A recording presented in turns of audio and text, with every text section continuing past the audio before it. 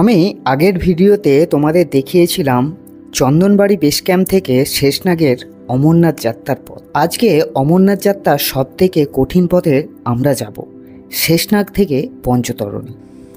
যারা আগের ভিডিও দেখোনি অবশ্যই গিয়ে দেখে নিতে পারো, আমি আই বটনে দিয়ে রেখেছি। যাত্রার সব থেকে কঠিন রাস্তায় আমরা যেতে চলেছি, যেটা এমজি টপ বা গণেশ টপ নামে পরিচিত। সামনেটা একবার দেখো, জাস্ট ভিউটা। কাল রাতে আমরা এই ট্রেনটাতেই ছিলাম। বিশেষ করে বলে রাখি, ভালো দেখে একটা শীতের পোশাক অবশ্যই নিয়ে এসো। এখানে কালকে প্রায় -2 ডিগ্রি সেন্টিগ্রেড ছিল, খুব ঠান্ডাও অনুভব করেছি আমরা। এদিকে একটা পাহাড় আছে আর এই সামনেও আরেকটা পাহাড়, দুদিকটা পাহাড়ে ঘেরা। কাল রাতে খুব প্রচণ্ড ঠান্ডাও লেগেছে। এই পাহাড়ের মাঝখানে থাকার এক্সপিরিয়েন্সটা আমার আর অনির্বাণের একটু আলাদাই ছিল। বলবি কিছু কালকে রাতের এক্সপিরিয়েন্স? প্রচন্ড ঠান্ডা ছিল এখানে। যদি এখানে জ্যাকেট না নিয়ে আসা হয় তো অবশ্যই এখানে ঠিকঠাকভাবে শীতের পোশাক নিয়ে এসো, কারণ এখানে কালকে -2 ছিল। আজকে আমরা বেরিয়ে যাচ্ছি পঞ্চতরণীর উদ্দেশ্যে। জানি না কতদূর কি যেতে পারবো, এখান থেকে ডিস্টেন্স আছে 18 কিলোমিটার। শেষনাগের বেস ক্যাম্প থেকে একটু আগিয়ে এসে ওপরের দিকে পেয়ে গিয়েছিলাম ভান্ডারা। আমরা অল্প কিছু টিফিন করে রওনা দিয়েছিলাম পঞ্চতরণীর উদ্দেশ্যে। এই অমরনাথ যাত্রার সব থেকে কঠিন রাস্তায় আমরা যেতে চলেছি, যেটা এমজি টপ বা গণেশ টপ নামে পরিচিত। সামনেটা একবার দেখো, জাস্ট ভিউটা। চারদিকটা পাহাড়ে ঘেরা, আর পাহাড়ের গায়ে গ্লেসিয়ার শ্বাস ফুলছে। আমরা এখন আছি সি লেভেল থেকে 9500 মিটার ওপরে, তাই জন্য একটু শ্বাসকষ্টেরও প্রবলেম হচ্ছে, কারণ পাহাড়ে ওটা আমার প্র্যাকটিস নেই সেরকমভাবে।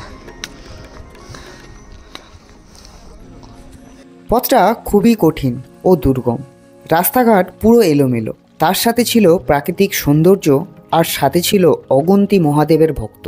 সবাই মিলে একসাথে হর হর মহাদেব এবং জয় বাবা বারফানি বলে একসাথে পা মিলিয়েই হাঁটছিলাম। শেষনাগ থেকে পঞ্চতরণীতে যদি ঘোড়ায় যাও তাহলে তার খরচা রয়েছে 2000 টাকার মতন, এবং শেষনাগ থেকে ক্যাবে অবধি যদি যাও তাহলে তার খরচা রয়েছে 4000 টাকার মতন। এদিকে নিচের রাস্তাটা ঘোড়া, পিঠু আর খাচ্চারের জন্য। এদিকে আরেকটা রাস্তা আছে, যারা হেঁটে হেঁটে যাচ্ছে তাদের জন্য। অমরনাথ যাত্রার সব থেকে উঁচু পাহাড়, যেটা মহাকুণ পর্বত বা এমজি টপ নামেও পরিচিত। সি লেভেল থেকে প্রায় 15,000 ফুটে উঁচুতে রয়েছে এই এমজি টপ, তাই অক্সিজেনের লেভেলটাও একটু কম। শ্বাসকষ্টেরও প্রবলেম হয়ে থাকে। যাদের শ্বাসকষ্টের প্রবলেম রয়েছে তারা অবশ্যই একটা অক্সিজেন গ্যাস সঙ্গে করে রেখো, আর যাদের নর্মালি পাহাড়ে ওঠা অভ্যাস রয়েছে সঙ্গে করে তারাও একটু কর্পূর নিয়ে রেখো। শ্বাসকষ্টের প্রবলেম হলে তখন নাকের সামনে নিলে শ্বাসকষ্টের প্রবলেম হয় না। আর এখন এসে পৌঁছালাম গণেশ টপে। এদিকে ঘোড়া, খাচ্চার সব যাচ্ছে, আর আমরা যাচ্ছি এটা দিয়ে।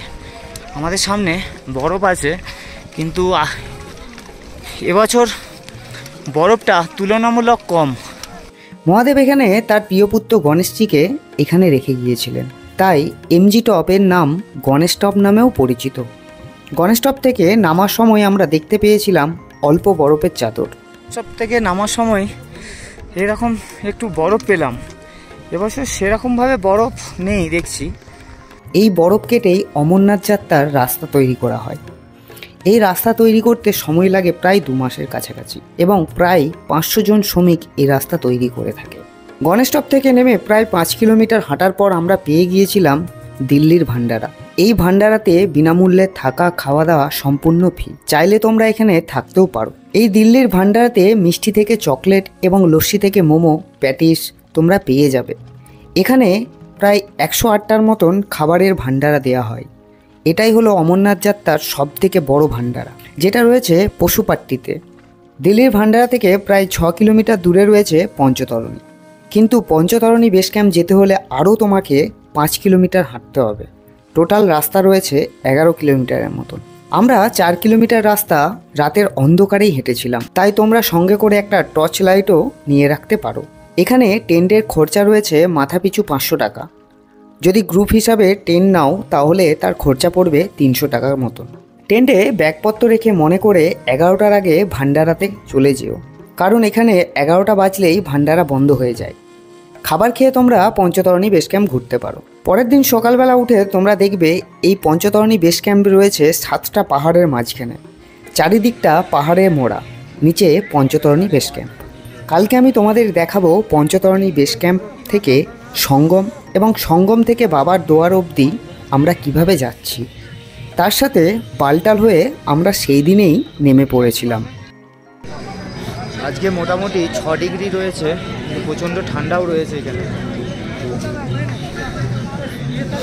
আমার নাকটা বুঝে গেছে, এত ঠান্ডা, আর ঠোঁটগুলো বাজেভাবে ফেটেছে।